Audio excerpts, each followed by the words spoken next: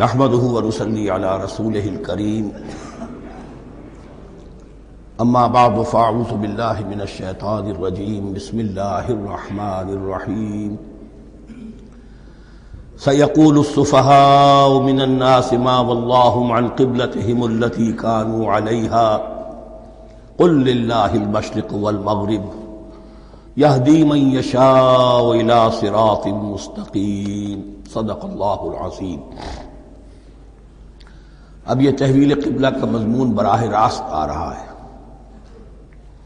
اس کے لیے تمہیدی 2 رکوع ہم پڑھ چکے ہیں۔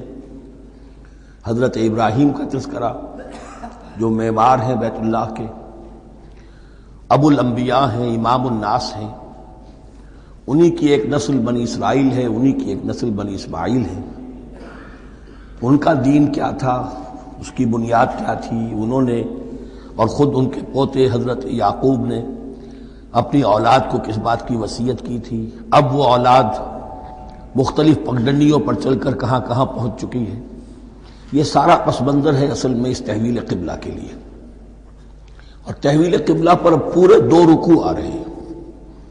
اس سے بسا اوقات یہ خیال پیدا ہوتا ہے، میرے ذہن میں بھی کبھی ہوتا تھا کہ یہ ایسی بڑی بات کیا تھی جس کے لیے قرآن مجید نے اتنے شد و مد کے ساتھ اور اس قدر تفصیل کے ساتھ بلکہ تکرار کے ساتھ بات کی۔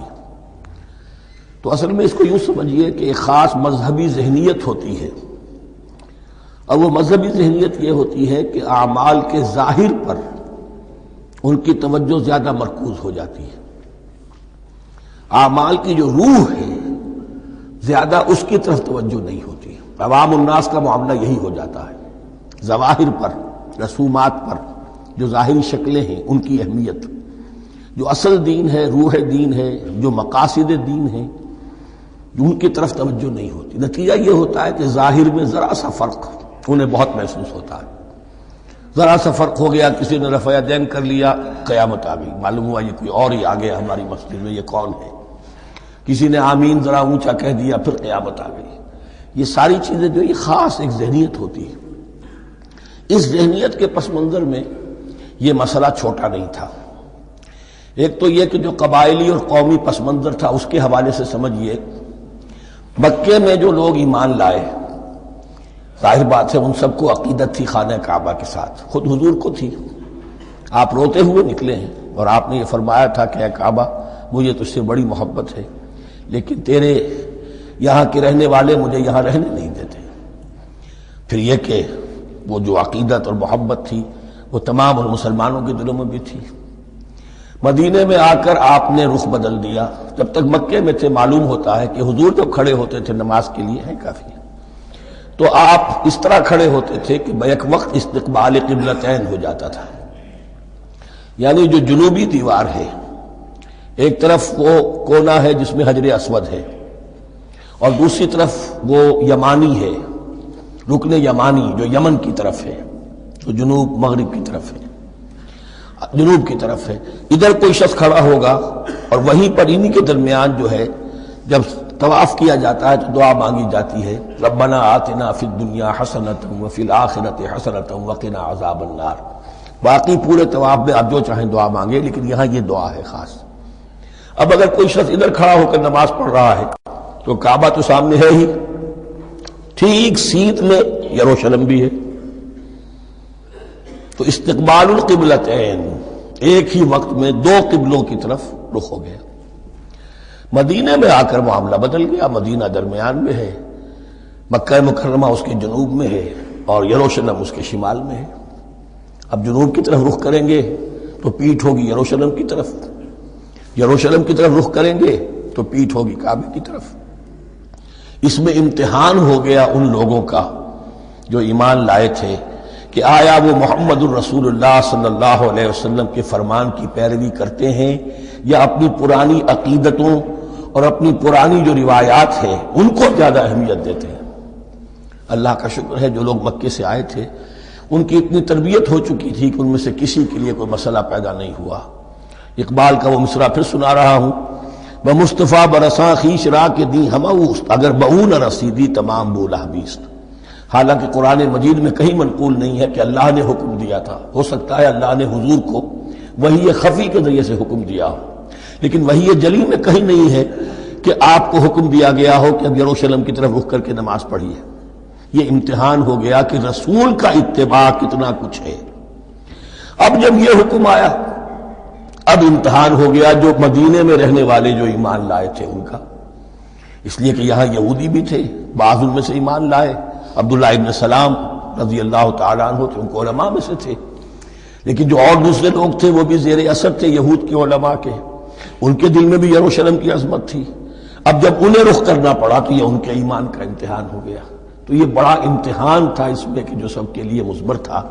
اور مسلمانوں میں سے بعض لوگوں کے دلوں میں یہ خیال بھی پیدا ہوا ہوگا، اگر اصل قبلہ یہ تھا تو ہم نے اب تک جو نمازیں پڑھی ہیں وہ تو پھر ہم نے غلط اس پر پڑھی.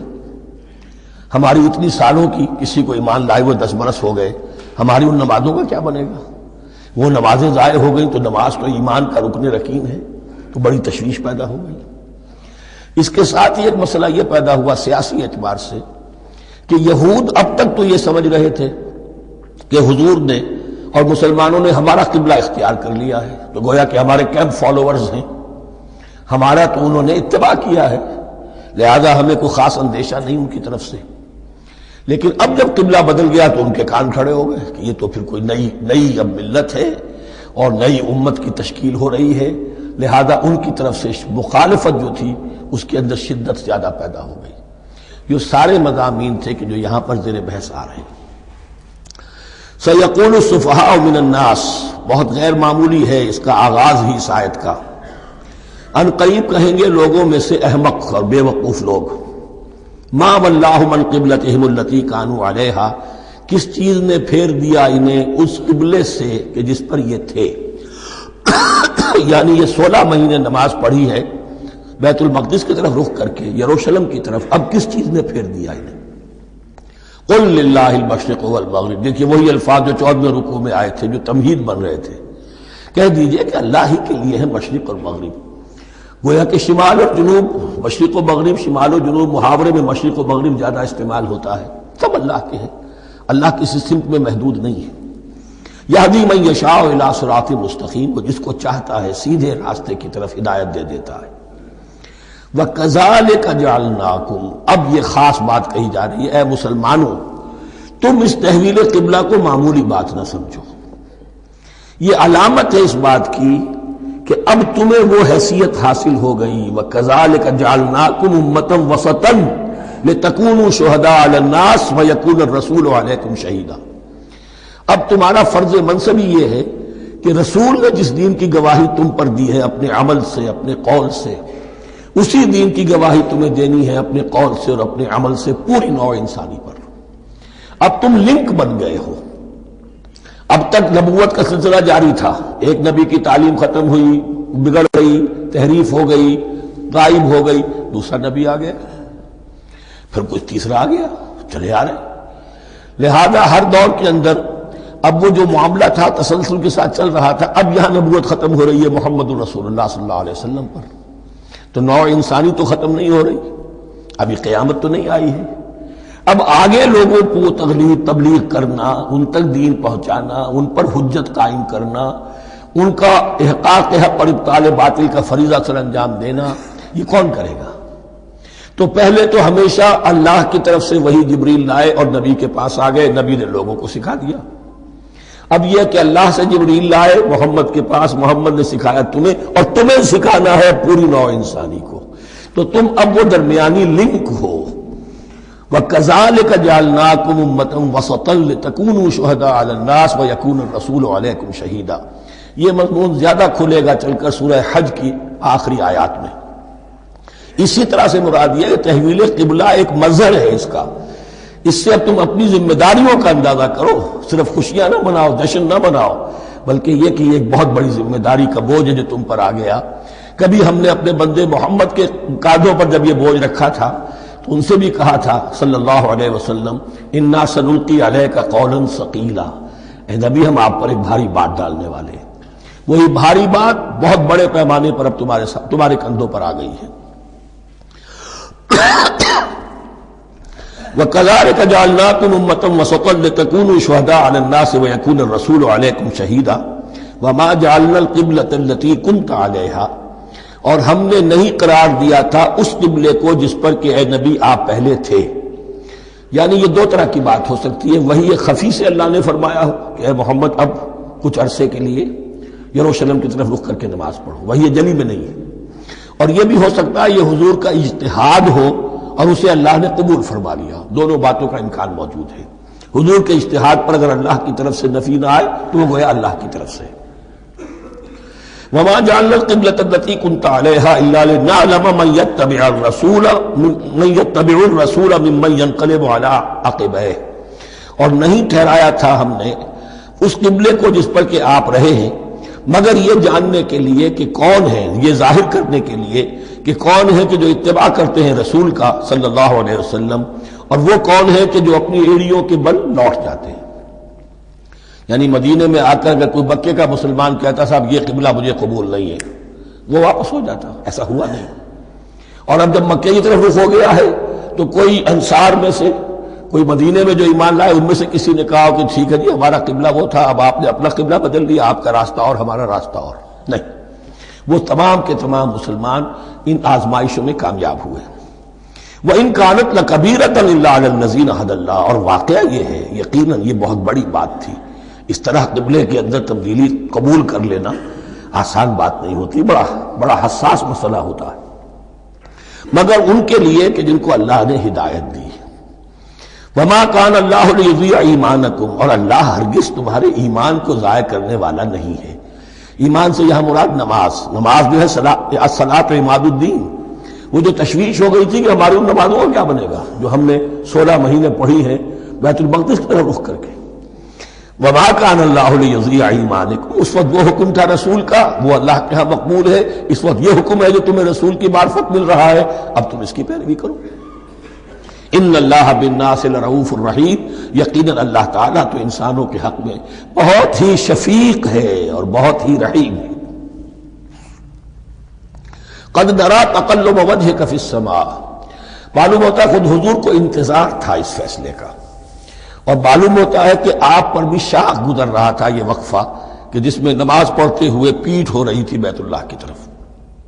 تو آپ بار بار آپ کی نگاہیں آسمان کی طرف اٹھتی تھی کہ کب وحی آئے، کب جبرائیل حکم لے کر آئے. قد نرى تقلب وجهك في السماء. اے نبی ہم نے آپ کے چہرے کا بار بار آسمان کی طرف اٹھنا دیکھ لیا ہے. فَلَنُوَلِّيَنَّكَ قِبْلَةً تَرْضَاهَا. اس آیت میں بڑی شفقت، بڑی محبت، بڑی عنایت ہے محمد الرسول اللہ صلی اللہ علیہ وسلم کے لیے اللہ کی طرف سے. تو ہم بدلے دیتے ہیں، پھیرے دیتے ہیں قبلہ جو آپ کو پسند ہے. ظاہر بات ہے کہ حضور کو جو محبت تھی اور جو بھی آپ کو ایک رشتہ قلبی تھا بیت اللہ کے ساتھ، فَلَنُوَلِّيَنَّكَ قِبْلَةً تَرْضَاهَا. ہم بدلے دیتے ہیں، بدل دیں گے قبلہ اسی طرف جو آپ کو پسند ہے. فَوَلِّ وَجْهَكَ شَطْرَ الْمَسْجِدِ الْحَرَامِ. تو بس اب پھیر دیجئے اپنے رخ کو مسجد حرام کے رخ پر. وَحَيْثُ مَا كُنتُمْ. اور مسلمانوں جہاں کہیں بھی تم ہو، مدینے میں ہو یا کہیں اور ہو، مغرب میں ہو، شمال میں ہو، جنوب میں ہو، کہیں ہو، فَوَلُّوا وُجُوهَكُمْ شَطْرَهُ. تو اپنا چہرہ نماز میں اسی کے رخ پر پھیرو. وَإِنَّ الَّذِينَ أُوتُوا الْكِتَابَ لَيَعْلَمُونَ أَنَّهُ الْحَقُّ مِنْ رَبِّهِمْ. اور جن لوگوں کو کتاب دی گئی تھی وہ جانتے ہیں کہ یہ حق ہے ان کے پروردگار کی طرف سے. تورات میں بھی یہ مذکور تھا کہ اصل قبلہ ابراہیمی وہی تھا، اس لیے کہ یروشلم تو تعمیر کیا ہے حضرت ابراہیم سے کوئی 1000 سال کے بعد حضرت سلیمان نے. یہ جو بھی ہیکل سلیمانی ہے کم سے کم 1000 برس کا فصل ہے حضرت ابراہیم میں حضرت سلیمان میں. تو حضرت ابراہیم کا قبلہ کون سا تھا؟ تو وہ بھی مولانا امین احسن اصلاحی صاحب نے اردو میں ترجمہ کیا ہے مولانا حمید الدین فراہی کی کتاب کا، اور وہ بہت اہم ہے اس موضوع کو سمجھنے کے لیے. بہت سے مسلمان مفسرین نے بھی اس میں ٹھوکر کھائی ہے.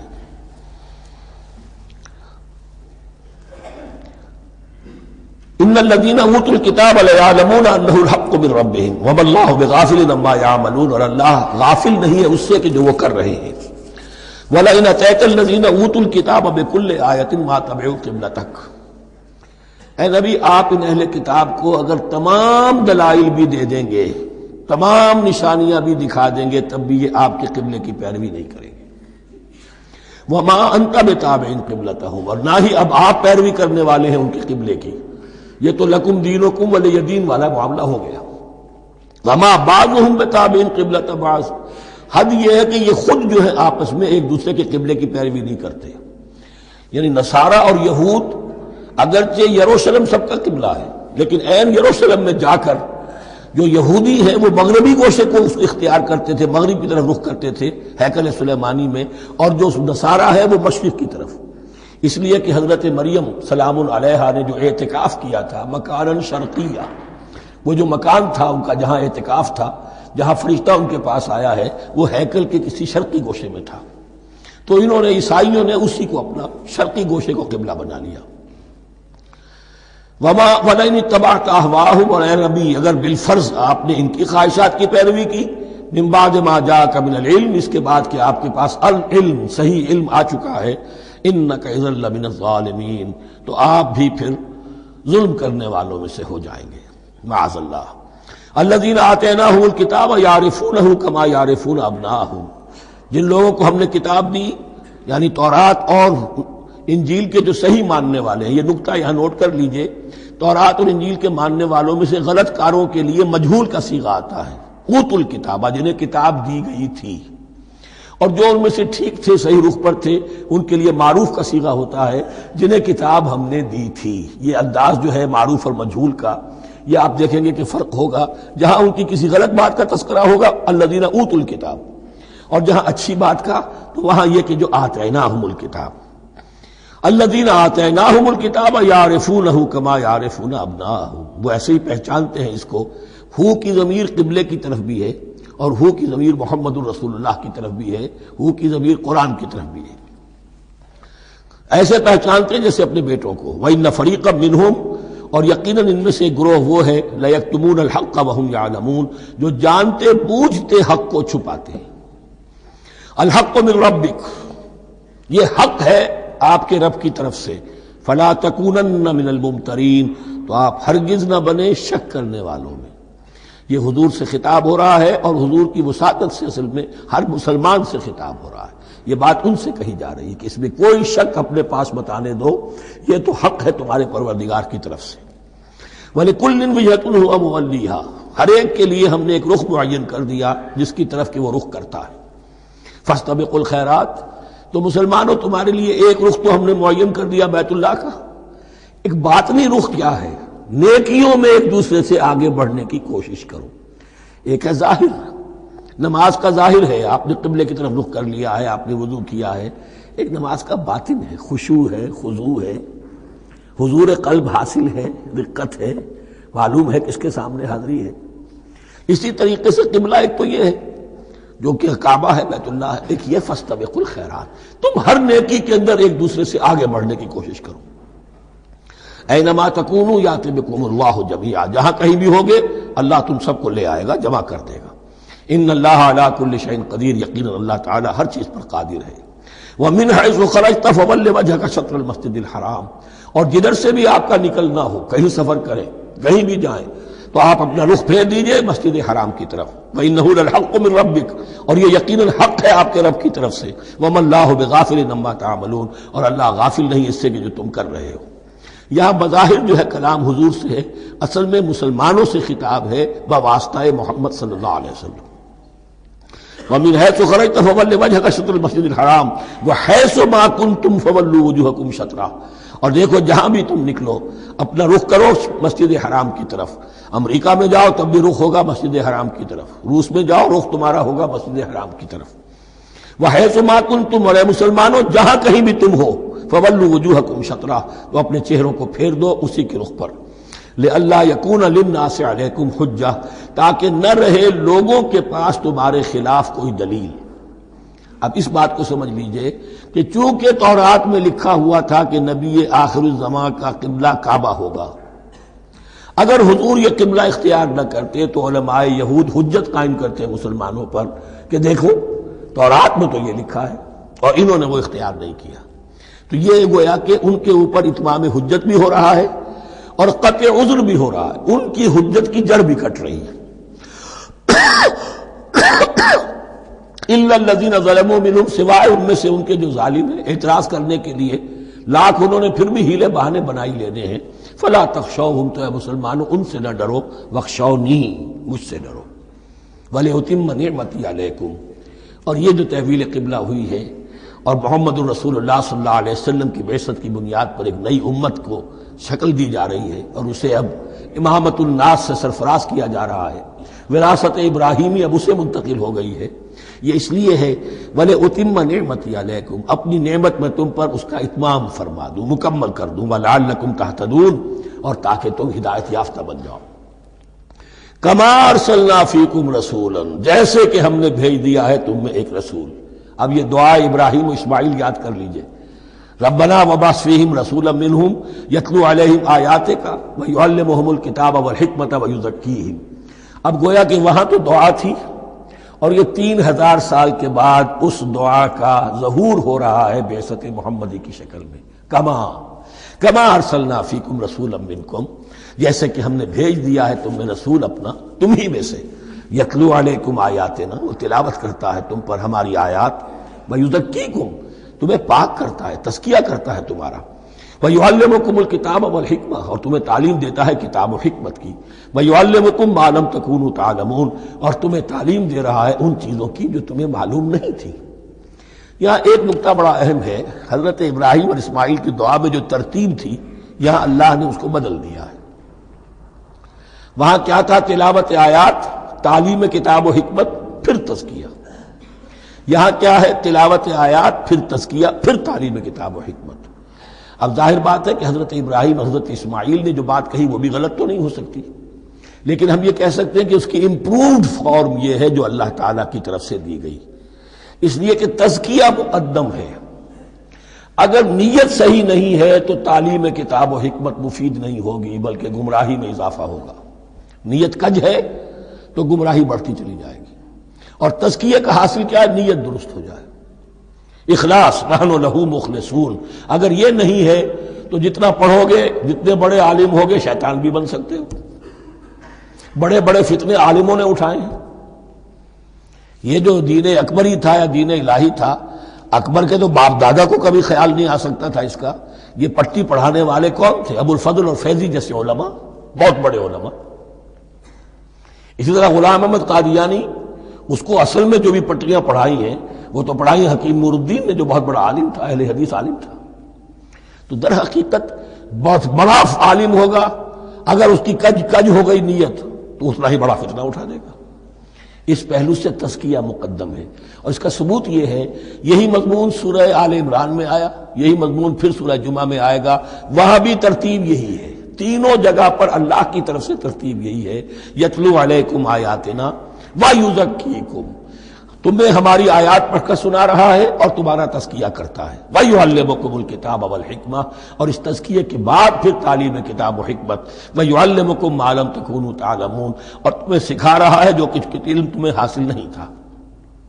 فاذکرونی اذکرکم، پس مجھے یاد رکھو، میں تمہیں یاد رکھوں گا۔ یہ بہت بڑا میثاق ہے اور بہت بڑا وعدہ ہے، بہت بڑا وعدہ۔ اور یہاں تک حدیث میں پھر اس کی شرح آئی ہے، میرا بندہ اگر مجھے اپنے دل میں یاد کرتا ہے میں بھی اسے اپنے جی میں یاد کرتا ہوں، اور میرا بندہ اگر میرا ذکر کسی محفل میں کرتا ہے تو میں اس سے بہت اعلیٰ محفل میں اس کا ذکر کرتا ہوں۔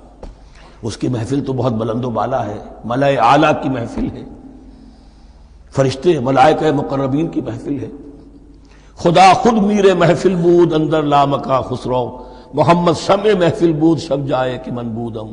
اب خسرو کس عالم میں تھے جب یہ شعر کہہ گئے ہیں؟ تو بہرحال ہے تو صحیح، ایک محفل تو ہے، میں اس سے بڑی بہتر محفل میں ان کا تذکرہ کرتا ہوں۔ فاذکرونی اذکرکم واشکروا لی ولا تکفرون، اور میرا شکر کرو، میری نعمتوں کا ادراک کرو، اس کا شعور حاصل کرو، اس پر زبان سے بھی شکر ادا کرو، اپنے عمل سے بھی، جوارح سے بھی ان نعمتوں کا حق ادا کرو۔ یہاں وہ 18 رکوع ختم ہو گئے، نصف اول اس سورہ مبارکہ کا مکمل ہو گیا۔ اب آگے سے خطاب ہے، یا ایھا الذین آمنوا، ایک نئی امت آ گئی، چارٹر اس کا آ گیا۔ کیوں بنایا گیا تمہیں؟ لتکونوا شہداء علی الناس ویکون الرسول علیکم شہیدا، تم اب لنک ہو ہمیشہ ہمیش کے لیے محمد اور پوری نوع انسانی کے درمیان۔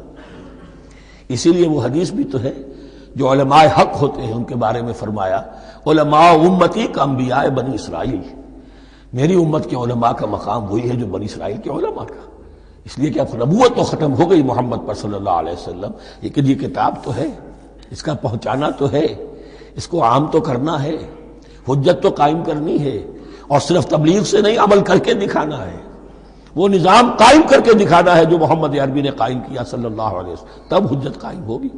اس کے لیے تمہیں قربانیاں دینی ہوں گی، مشکلیں جھیلنی ہوں گی، جان و مال کا نقصان برداشت کرنا ہوگا، آرام سے گھر بیٹھے ٹھنڈے پیٹوں کفر جگہ نہیں چھوڑ دے گا اور حق نہیں آ جائے گا، کفر کو ہٹانے کے لیے اور باطل کو ختم کرنے کے لیے اور حق کو قائم کرنے کے لیے تن من دھن تمہیں لگانے ہوں گے۔ اب دیکھیے وہ کال آ رہی ہے، یا ایھا الذین آمنوا استعینوا بالصبر والصلاۃ، یہی وہ الفاظ تھے کہ وہ جو 7 آیتیں تھیں جن کو میں نے کہا تھا خطاب میں بنی اسرائیل میں وہ بمنزلہ فاتحہ ہیں، ان میں الفاظ آئے تھے واستعینوا بالصبر والصلاۃ وانھا لکبیرۃ الا علی الخاشعین الذین یظنون انہم ملاقو ربہم وانہم الیہ راجعون۔ اب وہی خطاب یہاں ہو رہا ہے، یا ایھا الذین آمنوا استعینوا بالصبر والصلاۃ، یہ میں بیان وہاں کر چکا ہوں، ان اللہ مع الصابرین، جان لو کہ اللہ صبر کرنے والوں کے ساتھ ہے۔ اس بیعت سے کیا مراد ہے؟ ایک بات تو متفق علیہ ہے، اللہ کی مدد، اللہ کی تائید، اللہ کی نصرت ان کے شامل حال ہے۔ باقی یہ کہ اللہ تعالیٰ جہاں کہیں بھی ہم ہیں ہمارے ساتھ ہے، کس طرح ہے یہ ہم نہیں جانتے، لیکن یہ فرمایا اس نے کہ میں تو تمہاری دگے جان سے بھی زیادہ قریب ہوں۔ وَلَا تَقُولُوا لِمَنْ يُقْتَلُ فِي سَبِيلِ اللَّهِ أَمْوَاتٌ، اب پہلے ہی قدم پر قتل کی بات آ گئی۔ شرط اول قدم این است کہ مجنون باشی، پہلا قدم یہ ہے جانے دینے کے لیے تیار ہو جاؤ۔ وَلَا تَقُولُوا لِمَنْ يُقْتَلُ فِي سَبِيلِ اللَّهِ أَمْوَاتٌ، مت کہو ان کو کہ جو اللہ کی راہ میں قتل ہو جائیں مردہ، وہ مردہ نہیں ہے، بل احیاء، وہ زندہ ہے، وَلَٰكِن لَا تَشْعُرُونَ، لیکن تمہیں اس کا شعور نہیں ہے۔ شہداء جو اللہ کی راہ میں قتل ہو جائیں ان کے لیے یوم آخر تک کا انتظار نہیں ہے، ان کو براہ راست جنت میں داخلہ ملتا ہے۔ قیل ادخل الجنہ قال یا لیت قومی یعلمون بما غفر لی ربی وجعلنی من المکرمین، وہاں تاخیر نہیں ہے، لہذا وہ تو زندہ ہے۔ یہی مضمون پھر آئے گا سورہ آل عمران میں اور زیادہ نکھر کر، وَلَنَبْلُوَنَّكُمْ بِشَيْءٍ مِّنَ الْخَوْفِ وَالْجُوعِ۔ اب یہ ہے کہ پہلے سے دکھا دیا، اللہ تعالیٰ دھوکہ نہیں دینا چاہتا۔ دیکھ لو جس راہ میں قدم رکھا ہے اب آزمائشیں آئیں گی، تکلیفیں آئیں گی، رشتہ دار ناراض ہوں گے، بیوی شوہر سے لڑے گی، شوہر بیوی سے لڑے گا، اولاد والدین سے جدا ہوگی، یہ سب کچھ ہوگا، فساد ہوگا، فتور ہوگا، تصادم ہوگا، جان و مال کا نقصان ہوگا۔ وَلَنَبْلُوَنَّكُمْ، ہم لازماً آزمائیں گے تمہیں، بِشَيْءٍ مِّنَ الْخَوْفِ، خوف کی کیفیت سے، وَالْجُوعِ، بھوک، فاقے، کیسے کیسے فاقے آئے، کیا ہوا ہے غزوہ احزاب میں، کیا ہوا ہے جو اس سے بعد جو جیش العسرہ ہے، تبوک کی جنگ ہے، وَنَقْصٍ مِّنَ الْأَمْوَالِ وَالْأَنفُسِ وَالثَّمَرَاتِ، اور نقصانات ہوں گے مالی بھی جانی بھی، اور ثمرات۔ اب ثمرات یہاں 2 معنی دے رہا ہے، چونکہ مدینے والوں کی جو تھی اصل جو ان کی معیشت تھی وہ زرعی تھی، پھل، خاص طور پر کھجور، یہ ان کی پیداوار تھی، جسے آج کل آپ کہتے ہیں کیش کراپ جو ہے ان کی، وہ یہ تھی۔ اب ایسا بھی ہوگا کہ فصل تیار کھڑی ہے، اگر اسے اتارا نہ کھجور سے تو ضائع ہو جائے گی، اور ادھر سے تبوک کا حکم آ گیا نکلو اللہ کی راہ، یہ ساری فصل ضائع ہو جائے گی۔ امتحان ہو گیا کہ نہیں؟ اور اس کے علاوہ ایک اور ہے اس کا مفہوم، انسان کچھ بہت محنت کرتا ہے، جد و جہد کرتا ہے، کیریئر بناتا ہے، اپنا ایک مقام بنا لیتا ہے اس کیریئر میں، اس پروفیشن میں، اس راستے پر آتا ہے تو کچھ اور ہی شکل اختیار کرنی پڑتی ہے۔ وہ تجارت کے زمانے میں جو محنت کی تھی، وہ کیریئر کو اب جمانے میں جو محنت کی تھی، وہ سارا کا سارا معاملہ جو ہے وہ کھو کر پھر اس وادی میں آنا پڑتا ہے۔ وَلَنَبْلُوَنَّكُمْ، یہ بھی ثمرات ہیں نا، محنت کے ثمرات۔ وَلَنَبْلُوَنَّكُمْ بِشَيْءٍ مِّنَ الْخَوْفِ وَالْجُوعِ وَنَقْصٍ مِّنَ الْأَمْوَالِ وَالْأَنفُسِ وَالثَّمَرَاتِ وَبَشِّرِ الصَّابِرِينَ، اور اے نبی بشارت دیجئے صابروں کو، صبر کرنے والوں کو۔ یہ کون ہے؟ الذین اذا اصابتہم مصیبۃ، وہ لوگ کہ جن کو جب بھی کوئی مصیبت آئے، قالوا انا للہ وانا الیہ راجعون، وہ کہتے ہیں ہم اللہ ہی کے تو ہیں اللہ ہی کی طرف ہمیں لوٹ جانا ہے. کل بھی جانا تھا، آج چلے جائیں، حاضر ہیں، جتنی جلدی بلا لیں. نشان مرد مومن باتوں گویم جو مر گایا تبسم مر لبے اوست.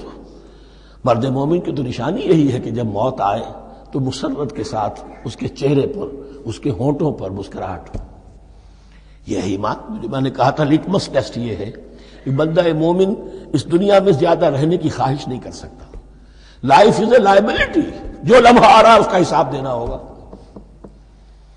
تو جتنی عمر بڑھ رہی ہے حساب بڑھ رہا ہے. It's not an asset, it's a liability. اور الدنیا سجن المومن و جنت الکافر، یہ تو مومن کے لیے ایک قید خانہ ہے، ہاں کافروں کی جنت ہے. وَبَشِّرِ الصَّابِرِينَ الَّذِينَ إِذَا أَصَابَتْهُمْ مُصِيبَةٌ قَالُوا إِنَّا لِلَّهِ وَإِنَّا إِلَيْهِ رَاجِعُونَ أُولَٰئِكَ عَلَيْهِمْ صَلَوَاتٌ مِّن رَّبِّهِمْ وَرَحْمَةٌ. یہ ہیں وہ لوگ کہ جن پر ہر وقت اللہ کی عنایتوں کا نزول ہوتا رہتا ہے اور رحمت کی بارش ہوتی رہتی ہے. وَأُولَٰئِكَ هُمُ الْمُهْتَدُونَ، اور یہی لوگ ہیں ہدایت یافتہ جنہوں نے واقعتاً ہدایت کو اختیار کیا ہے. اور جو ایسے مرحلے پر ٹھٹک کر کھڑے رہ جائیں، پیچھے رہ جائیں، پیچھے بیٹھ جائیں، پیٹھ موڑ لیں، وہ گویا کہ ختم ہوا ان کا معاملہ. اب چونکہ اس معاملے میں بحث ہو گئی تھی خانہ کعبہ کی بھی، پھر اسی میں مقام ابراہیم کی بات آ گئی تھی، تو کچھ ذہنوں میں سوال پیدا ہوا کہ یہ جو حج کے مناسک میں صفا اور مروہ جو ہے یہ بھی تو آخر اسی کا تو ان کی کیا حقیقت ہے، کوئی حقیقت ہے یا نہیں. فرمایا ان الصفا والمروۃ من شعائر اللہ، یہ بھی اللہ کے شاعر میں سے ہے. شاعر کسے کہتے ہیں؟ وہ چیز جو شعور بخشے. تو وہ چیزیں کہ جن کے ساتھ اولو العزم پیغمبروں یا اولو العزم انسانوں، اولو العزم اولیاء اللہ کے کچھ حالات و واقعات کا کوئی ذہنی سلسلہ قائم ہوتا ہو، وہ گویا کہ شعور دلانے والے ہوتے ہیں، یاد دلانے والے ہوتے ہیں، اللہ تعالیٰ کی طرف ذہن کو لے جانے والے ہوتے ہیں. اس اعتبار سے شاعر. ان الصفا والمروۃ من شعائر اللہ فمن حج البیت او اعتمر فلا جناح علیہ ان یطوف بہما. تو جو کوئی بھی ہمارے گھر کا حج کرے، بیت اللہ کا حج کرے یا عمرہ کرے، اعتمر، فلا جناح علیہ، تو کوئی حرج نہیں ہے اس پر، ان یطوف بہما، کہ ان دونوں کا بھی طواف کرے. وہ جو 7 چکر لگائے جاتے ہیں، ان الصفا والمروہ. ومن تطوع خیرا، جو شخص جان بوجھ کر بھلا کام کرتا ہے، فإن اللہ شاکر علیم، تو جان لو اللہ بڑا قدردان ہے. اب شکر انسان کرتا ہے تو اس کے معنی کیا ہوں گے؟ احسان مند ہونا. وہی شکر اللہ کرتا ہے شکور، اس کے کیا معنی ہوں گے؟ قدردانی. میرے بندے نے یہ کام کیا، میرے بندے نے میرے لیے یہ محنت کی، یہ قربانی دی. ان اللہ شاکر علیم، اور جانتا ہے، چاہے کسی اور کو پتہ نہ چلے اسے تو معلوم ہے. اگر تم نے اللہ کی رضا جوئی کے لیے کسی کو کوئی مالی مدد دی ہے اس حال میں کہ جو کچھ داہنے ہاتھ نے دیا ہے بائیں کو بھی خبر نہیں ہونے دی، خدا یہ کہ کسی اور انسان کے سامنے اس کا تذکرہ ہو، تو اب یہ جو ہے اللہ کے تو علم میں ہے. اگر تو اللہ سے اجر و ثواب چاہتے ہو تو اس کا ڈنڈورا پیٹنے کی کوئی ضرورت نہیں. اور اگر تم نے لوگوں کو دکھانے کے لیے کیا تھا تو وہ تو شرک ہو گیا، لائبلٹی ہو گئی. ان الذین یکتمون ما انزلنا من البینات. اب یہاں پھر کچھ آخری یوں سمجھیے کہ یہ اب جس کو کہتے ہیں موپنگ اپ آپریشن، بات مضمون تو پورا ختم ہو گیا لیکن کچھ نہیں صحیح چیزیں ابھی ہیں سابقہ امت مسلمہ کے بارے میں کہنے کی، وہ مزید ایڈ کی جا رہی ہیں. ان الذین یکتمون ما انزلنا من البینات والہدی من بعد ما بیناہ للناس فی الکتاب اولئک یلعنهم اللہ یلعنهم اللاعنون. یقیناً وہ لوگ جو چھپاتے ہیں اس شے کو جو ہم نے نازل کی ہے بینات میں سے اور ہدایت میں سے، اس کے بعد کہ ہم نے ان کو واضح کر دیا ہے لوگوں کے لیے کتاب میں، وہ لوگ ہیں کہ جن پر لعنت کرتا ہے اللہ، اور لعنت کرنے والے ہیں، کرتے ہیں تمام لعنت کرنے والے. یعنی علم ایک بہت بڑی جو ہے امانت ہے، اس علم کا چھپانا. کتمان حق ہم آیت پڑھ آئے ہیں، وَمَنْ أَظْلَمُ مِمَّنْ يَكْتُمُ شَهَادَةً عِندَهُ مِنَ اللَّهِ.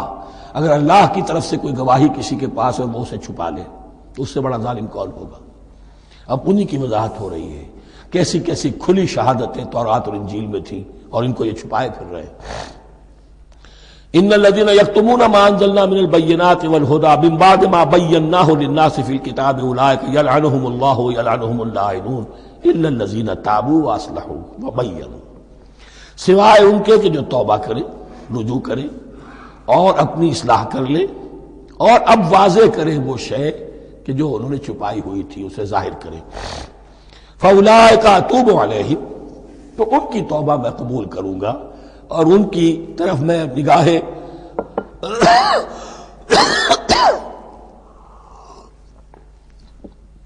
نگاہ التفات میں اپنی پھر ان کی طرف متوجہ کر دوں گا. وَأَنَا التَّوَّابُ الرَّحِيمُ، اور میں تو ہوں ہی توبہ کا قبول کرنے والا اور رحم فرمانے والا. اِنَّ الَّذِينَ كَفَرُوا وَمَاتُوا وَهُمْ كُفَّارٌ، یقیناً جن لوگوں نے کفر کیا اور وہ مرے اسی حال میں کہ کفر پر قائم تھے، اولئک علیہم لعنۃ اللہ والملائکۃ والناس اجمعین، ان پر تو لعنت ہے اللہ کی بھی اور فرشتوں کی بھی اور تمام انسانوں کی بھی. خالدین فیہا، اس لعنت کی کیفیت میں وہ اب ہمیشہ رہیں گے. لا یخفف عنہم العذاب، نہ ان پر سے عذاب کے اندر کوئی کمی کی جائے گی. ولا هم ينظرون، نہ انہیں کوئی مہلت ملے گی کہ عذاب کا تسلسل ذرا سی دیر کے لیے وقفہ ہو جائے، سانس لینے کی مہلت مل جائے. ولا هم ينظرون. وَإِلَٰهُكُمْ إِلَٰهٌ وَاحِدٌ، سن لو تمہارا الہ اور معبود ایک ہی الہ ہے. لا الہ الا هو الرحمن الرحیم، اس کے سوا کوئی الہ نہیں ہے اور وہ رحمان ہے اور رحیم ہے. اب جو آیت آ رہی ہے اس کے پڑھنے سے پہلے ایک بات سمجھ لیجئے کہ یہ جو اب 22 رکوعوں کا مضمون ہم پڑھ رہے ہیں، مجھے یہ بات آج شروع میں واضح کرنی چاہیے تھی. اس میں ترتیب کیا ہے؟ میں پہلے عرض کر چکا ہوں کہ پہلے 18 رکوعوں کی تقسیم ورٹیکل کی ہے ہم نے. 18 کو 4 رکوع ادھر، 10 درمیان میں، پھر 4 ادھر.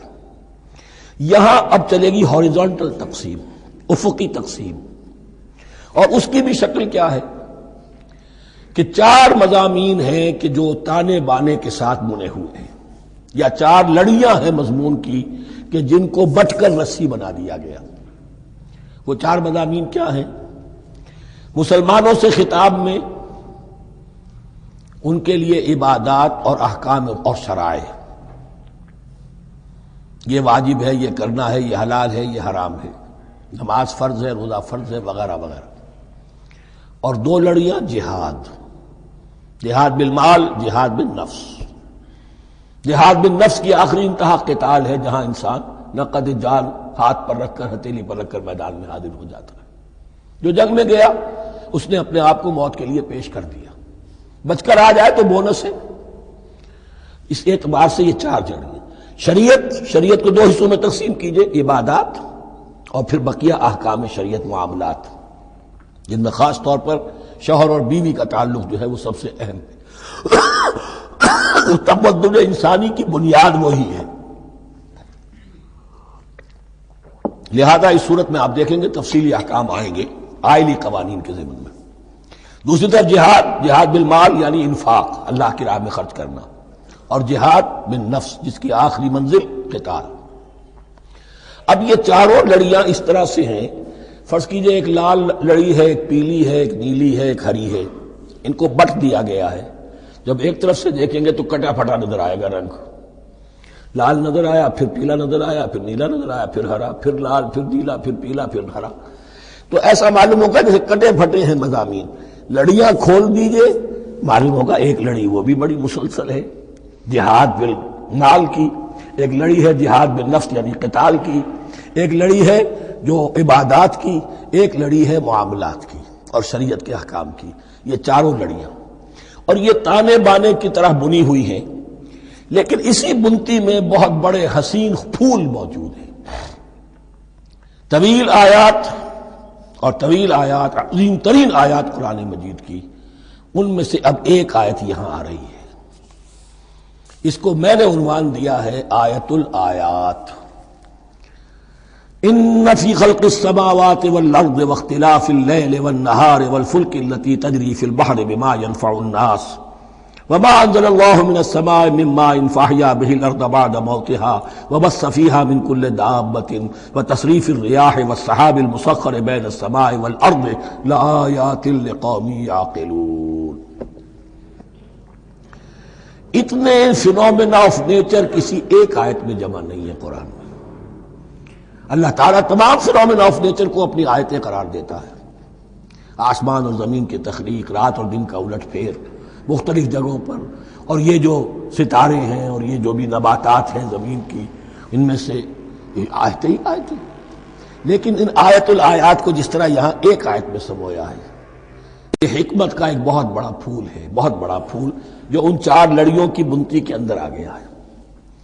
یقیناً آسمان اور زمین کی تخلیق میں اور رات اور دن کے الٹ پھیر میں اور اس جہاز میں یا کشتی میں جو چلتی ہیں سمندر میں یا دریاؤں میں، وہ سامان لے کر جو لوگوں کو نفع دیتا ہے، بما ينفع الناس وما انزل اللہ من السماء من ماء، اور اس پانی میں کہ جو اللہ نے اتارا ہے آسمان سے، فاحیا به الارض بعد موتها، اور پھر اس سے وہ زندہ کر دیتا ہے زمین کو اس کے مردہ ہو جانے کے بعد. بے آب و گیا زمین پڑی تھی، بارش ہوئی ہے، اسی میں سے روئیدگی آ گئی ہے. وبث فیہا من کل دابہ، اور یہ تمام حیوانات اور چرند اور پرند جو اس کے اندر پھیلا دیے گئے ہیں. وتصریف الریاح ہے، اور یہ ہواؤں کا چلنا جو ہے، کبھی پرواں چل رہی ہے، کبھی پچھمی چل رہی ہے، کبھی مشرق سے آ رہی ہے، کبھی مغرب سے آ رہی ہے، تصریف الریاح ہے. والسحاب المسخر بین السماء والارض، اور ان بادلوں میں کہ جو معلق کر دیے گئے آسمان اور زمین کے درمیان. لآیات لقوم یعقلون، ان سب میں آیات ہیں، نشانیاں ہیں ان لوگوں کے لیے جو عقل سے کام لیں. ان کو دیکھو اور ان کے خالق کو، مدبر کو پہچانو. آیات ہے، اور ان کے آیات کے پہچاننے کا جو عملی نتیجہ نکلنا چاہیے، اور جس کو عام طور پر لوگ نہیں پہنچ پاتے جس تک، اب اگلی آیت میں اس کا تذکرہ ہے. نتیجہ تو نکلنا یہ چاہیے کہ پھر محبوب اللہ ہی ہو، شکر اسی کا ہو، اطاعت اسی کی ہو، عبادت اسی کی ہو. جب سورج میں کچھ نہیں، یہ تو اللہ نے اس کو بنایا ہے، یہ حرارت جو ہے اللہ نے دی ہے، چاند میں کچھ نہیں، ہوائیں چلانے والا کوئی وہی تو ہے. تو اب کسی شے کے لیے کوئی شکر نہیں، کسی شے کے لیے کوئی عبادت نہیں، کوئی ڈنڈوت نہیں، کوئی سجدہ نہیں، بلکہ صرف اللہ کے لیے. اور وہی مطلوب و مقصود بن جائے، وہی محبوب ہو. لا محبوب الا اللہ، لا مقصود الا اللہ، لا مطلوب الا اللہ. جن لوگوں کی یہاں تک رسائی نہیں ہو جاتی، وہ لوگ کسی اور شے کو اپنا محبوب و مطلوب بنا کر اس کی پرستی شروع کر دیتے ہیں. خدا تک نہیں پہنچے، اپنے نفسی کو معبود بنا لیا، جو یہ کہے کر رہے، معبود تو ہو گیا. ارأیت من اتخذ الہہ ہواہ، اپنے قوم کو معبود بنا لیا، قوم کی برتری کے لیے اور قوم کی سربلندی کے لیے جانے بھی دے رہے وطن کو معبود بنا لیا. اس حقیقت کو علامہ اقبال نے سمجھا ہے. اس دور کا سب سے بڑا بت وطن ہے. اس دور میں میں اور ہے، جام اور ہے، جم اور، ساقی نے بنا کی روش لطف و ستم اور، تہذیب کے آزر نے ترشوائے صنم اور، مسلم نے بھی تعمیر کیا اپنا حرم اور، ان تازہ خداؤں میں بڑا سب سے وطن ہے، جو پیرہن اس کا ہے وہ مذہب کا کفن ہے. نیشنلزم، ٹیریٹوریل، وطنی قومیت، وطن کی جے، یہ معبود بنائے بیٹھے. تو اب یہاں سنیے، ومن الناس، اور لوگوں میں سے کچھ ایسے بھی ہیں، من یتخذ من دون اللہ اندادا، جو اللہ کو چھوڑ کر کچھ اور چیزوں کو اس کا مد مقابل بنا دیتے ہیں. وطن کو بنا لیا، قوم کو بنا لیا، ہیومنزم، انسانیت، نوع انسانی، ہم اس کے خدمتگار ہیں، ہم اس کی بہتری کے لیے کام کر رہے ہیں، یہ بھی ایک معبود بن گیا. اور سب سے گھٹیا انسان وہ ہے کہ اپنے ہی حسن کا دیوانہ بنا پھرتا ہوں، اپنا ہی نفس ہے، اسی کے گر چکر لگا رہا ہے، وہی حریم ہے اس کا، وہی حرم ہے اس کا، اور وہ طواف کر رہا ہے اپنے نفس کا، تو وہ بھی تو اس کا ایک معبود ہے. لوگوں میں سے وہ بھی ہیں کہ جو اللہ کو چھوڑ کر کسی اور چیز کو اس کا مد مقابل بنا دیتے ہیں. یحبونہم کحب اللہ، اور ان سے محبت کرنے لگتے ہیں جیسی کہ اللہ سے کرنی چاہیے. یہ فلسفہ ہے اصل میں، ہندی میں اسے آدرش کہتے ہیں، عربی میں نصب العین، انگلش میں آئیڈیل. ہر باشعور انسان کسی شے کو اپنا آئیڈیل بناتا ہے اور اس سے پھر محبت کرتا ہے، اس کے لیے جیتا ہے، اس کے لیے مرتا ہے، قربانیاں دیتا ہے، اثار کرتا ہے. قوم کے لیے قربانی، وطن کے لیے قربانی، فلاح کے لیے قربانی، خود اپنی ذات کے لیے قربانی. یحبونہم کحب اللہ، یہ سارے کام تو اللہ کے لیے کرنے کے تھے، جیو اللہ کے لیے، مرو اللہ کے لیے، محبت اس سے کرو۔ ان صلاتی و نسکی و محیای و مماتی للہ رب العالمین۔ تم نے اپنی یہ ساری نسبتیں کسی اور شے کے ساتھ وابستہ کر دی، تم نے اللہ کا مد مقابل تراش لیا۔ می تراشت فکر ما ہر دم خدا بندے دیگر، رست از یک بند تا افتاد در بندے دیگر۔ انسان معبود تراشتا رہتا ہے اپنے ذہن سے، اور ان کے لیے محبت کرتا ہے، جانیں دیتا ہے، قربانیاں دیتا ہے۔ وَمِنَ النَّاسِ مَن يَتَّخِذُ مِن دُونِ اللَّهِ أَندَادًا يُحِبُّونَهُم كَحُبِّ اللَّهِ، یہ مضمون بھی سورہ حج میں زیادہ واضح ہوگا۔ وَالَّذِينَ آمَنُوا أَشَدُّ حُبًّا لِلَّهِ، پھر یہ لٹمس ٹیسٹ کا لفظ میری زبان پر آ رہا ہے، اور جو لوگ واقعتاً صاحب ایمان ہوتے ہیں ان کی شدید ترین محبت ہوتی ہے اللہ کے ساتھ۔ اگر یہ نہیں ہے، اگر یہ نہیں تو بابا پھر سب کہانیاں ہیں۔ کوئی شے اللہ سے زیادہ محبوب ہو گئی وہ تمہاری معبود ہے، تم نے اللہ کو چھوڑ دیا، چاہے وہ دولت ہی ہے۔ تعس عبد الدینار و عبد الدرہم، ہلاک اور برباد ہو جائے درہم و دینار کا بندہ۔ نام عبد الرحمن ہے، حقیقت میں عبد الدینار ہے۔ دینار آنا چاہیے، حرام سے آئے، حلال سے آئے، جائز سے آئے، ناجائز سے آئے، تو معبود اللہ نہیں ہے، معبود دینار ہے۔ ہندو نے یہ کیا کہ لکشمی دیوی کی ایک مورتی بنا کر پوجنا شروع کر دیا۔ یہ لکشمی دیوی اگر ذرا مہربان ہو جائے گی دولت آ جائے گی۔ ہم نے کہا ہٹاؤ اس درمیان کے لنک کو، سیدھے ہی دولت کو کیوں نہ پوجو، پیٹرو ڈالر کو پوجو، ڈالر کو پوجو، ترک وطن کرو، ماں باپ کو چھوڑو یہاں سے سکتا ہوا کہ مر رہے ہیں اور کوئی ان کا بیٹا ان کی بیٹی ان کے پاس نہیں، کس لیے؟ ڈالر۔ کون معبود ہوا؟ وَمِنَ النَّاسِ مَن يَتَّخِذُ مِن دُونِ اللَّهِ أَندَادًا يُحِبُّونَهُم كَحُبِّ اللَّهِ وَالَّذِينَ آمَنُوا أَشَدُّ حُبًّا لِلَّهِ وَلَوْ يَرَى الَّذِينَ ظَلَمُوا إِذْ يَرَوْنَ الْعَذَابَ أَنَّ الْقُوَّةَ لِلَّهِ جَمِيعًا، اور کاش کہ دیکھ لیتے یہ لوگ جو اس شرک میں اور اس گناہ میں مبتلا ہیں، ظلم شرک کے معنی، جب وہ دیکھیں گے عذاب کو اور یہ بات واضح ہو جائے گی کہ قوت تو ساری کی ساری اللہ کے ہاتھ میں ہے، کسی کے پاس کچھ نہیں۔ وَأَنَّ اللَّهَ شَدِيدُ الْعِقَابِ، اور یہ کہ اللہ سزا شدید العذاب، اللہ سزا دینے میں بہت سخت ہے۔ اس وقت آنکھ کھلے گی تو فائدہ کیا ہوگا؟ اب آنکھ کھلے تو فائدہ ہے۔ اسْتَبَرَّأَ الَّذِينَ اتُّبِعُوا مِنَ الَّذِينَ اتَّبَعُوا، اب انسانی معاشرے کے اندر یہ ہوتا ہے، کچھ لوگ ہوتے ہیں لیڈر لوگ جو اپنے پیچھے لوگوں کو لگا لیتے ہیں، چاہے ڈیماگوگز ہوں، چاہے مذہبی جو ہے وہ مسندوں کے والی ہوں، اپنے پیچھے لگاتے ہیں، اور ان کے پیچھے لگنے والے جو ہیں وہ یہ سمجھتے ہوئے ان کی عزت بھی ہے، ان کا احترام بھی ہے، ان کے نیچے دبے بھی ہوئے، ان کا پیچھے پیچھے چلتے ہیں۔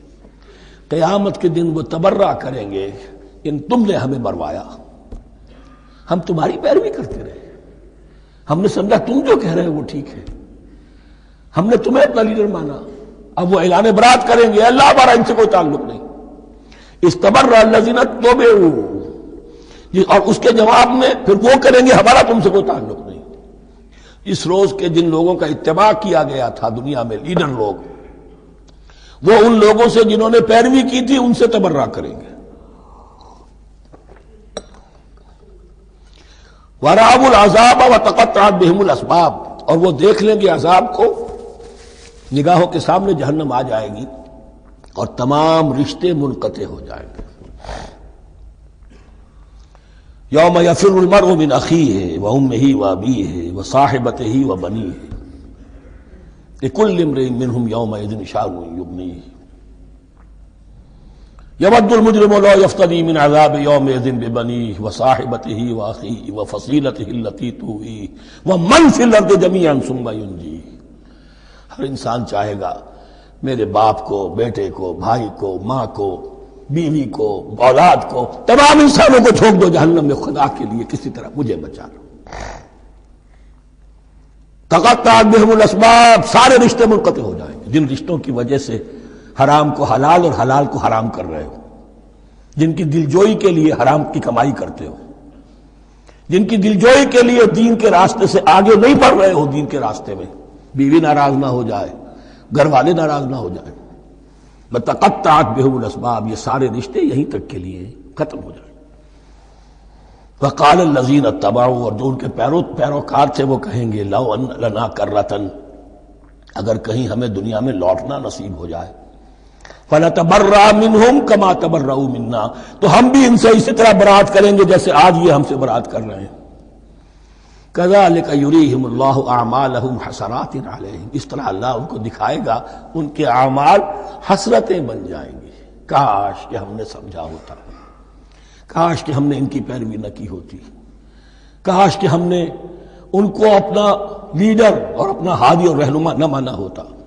وما ہم بخارجین من النار، لیکن وہ اب آگ سے نکلنے والے نہیں ہوں گے۔ یا ایھا الناس کلوا مما فی الارض حلالا طیبا ولا تتبعوا خطوات الشیطان انہ لکم عدو مبین۔ اے لوگو، زمین میں جو کچھ حلال اور طیب ہے، حلال ہے اور پاک ہے، صاف ستھری چیز اور حلال چیز، وہ کھاؤ، اور شیطان کے نقش قدم کی پیروی نہ کرو۔ انہ لکم عدو مبین، یقیناً وہ تمہارے لیے کھلا دشمن ہے۔ یہ بحث اصل میں کھلے گی سورہ انعام میں جا کر۔ وہاں عرب میں یہ رواج تھا، بتوں کے نام پر کوئی جانور چھوڑ دیتے تھے، جیسے ہندوؤں میں بھی تھی رواج، ہم نے تو بچپن میں دیکھا ہے، کوئی سانڈ چھوڑ دیا، کسی کے کان جو ہے وہ چیر دیے، یہ فلاں بت کے لیے ہے، فلاں دیوی کے لیے ہے۔ اب اسے کوئی کچھ نہیں کہہ سکتا تھا، وہ جہاں چاہیں وہ منہ ماریں جا کر ان کا، اور پھر ان کا ظاہر بات ہے ان کا گوشت کیسے کھایا جا سکتا تھا۔ تو عرب میں بھی یہ رواج تھے، اور ابھی تک اس کے کچھ نہ کچھ ریزیڈول ایفیکٹس تھے۔ آباء و اجداد کی جو رسمیں چلی آ رہی ہوں وہ آسانی سے جو ہے وہ چھوٹتی نہیں ہے، کچھ نہ کچھ اثرات رہتے ہیں، جیسے آج تک ہمارے ہاں ہندوانہ اثرات موجود ہیں۔ تو ایسے لوگوں سے کہا جا رہا ہے کہ یہ تمام حرمتیں جو تمہارے ان لوگوں نے، مشرکین نے بنا لی تھی، یہ جانور حرام، یہ جانور حرام ہو گیا، اسے فلاں کے نام پر نامزد کیا ہے، اس اونٹ کی جو ہے اتنی اونٹنیوں کے ساتھ جفتی ہو چکی ہے، اب بس اس کو خالی کر دو، چھوڑ دو، نہ اس کے اوپر سواری کی جائے گی اور نہ اس کا گوشت کھایا جائے گا۔ یہ کوئی نہیں ہے، جو چیز حلال ہے اصلاً اور طیب ہے کھاؤ۔ انما یامرکم بالسوء والفحشاء، یقیناً شیطان تمہیں حکم دیتا ہے بدی کا اور بے حیائی کا، وان تقولوا علی اللہ ما لا تعلمون، اور اس کا کہ تم کہو اللہ کی طرف نسبت کر کے جو تم جانتے نہیں ہو کہ اللہ نے حرام کیا۔ بھائی تمہیں کہاں معلوم؟ کوئی دلیل لاؤ، کسی کتاب میں دکھاؤ کہ اللہ نے یہ چیز حرام کر دی۔ وَإِذَا قِيلَ لَهُمُ اتَّبِعُوا مَا أَنزَلَ اللَّهُ قَالُوا بَلْ نَتَّبِعُ مَا أَلْفَيْنَا عَلَيْهِ آبَاءَنَا، اور جب ان سے کہا جاتا ہے اتباع کرو اس کی جو اللہ نے نازل کیا ہے، قالوا، وہ کہتے ہیں بل نتبع ما ألفينا عليه آباءنا، ہم تو پیروی کریں گے اس کی جس پر ہم نے پایا اپنے آباء و اجداد کو۔ أَوَلَوْ كَانَ آبَاؤُهُمْ لَا يَعْقِلُونَ شَيْئًا وَلَا يَهْتَدُونَ، کیا وہ اپنے آباء و اجداد ہی کی پیروی کرتے رہیں گے، خواہ ان کے آباء و اجداد نہ کسی بات کو سمجھ پائے ہوں نہ ہدایت یافتہ ہوئے ہوں۔ میں نے عرض کر دیا تھا کہ سورہ بقرہ میں جہاں دعوت تیسرے رکوع کی پہلی آیت شروع ہوئی، یا ایھا الناس اعبدوا ربکم الذی خلقکم والذین من قبلکم لعلکم تعقلون، وہ بھی تو مخلوق تھے جیسے تم مخلوق ہو، تم سے خطا ہو سکتی ہے، ان سے بھی ہوئی، تم غلطی کر سکتے ہو، انہوں نے بھی کی۔ وَمَثَلُ الَّذِينَ كَفَرُوا كَمَثَلِ الَّذِي يَنِقُ بِمَا لَا يَسْمَعُ إِلَّا دُعَاءً وَنِدَاءً۔ یہاں ذرا تمثیل کے اندر ایک پیچیدگی ہے کہ بظاہر ترجمہ تو یہ ہوگا کہ مثال ان لوگوں کی جنہوں نے کفر کیا اس شخص کی سی ہے جو پکار رہا ہے ایسی چیز کو جو نہ سنتا ہے نہ سمجھتا ہے۔ ہاں یہ پتہ چلتا ہے کہ کچھ پکار رہا ہے، جانور ہوتے ہیں انہیں اور کیا سمجھ میں آتا ہے۔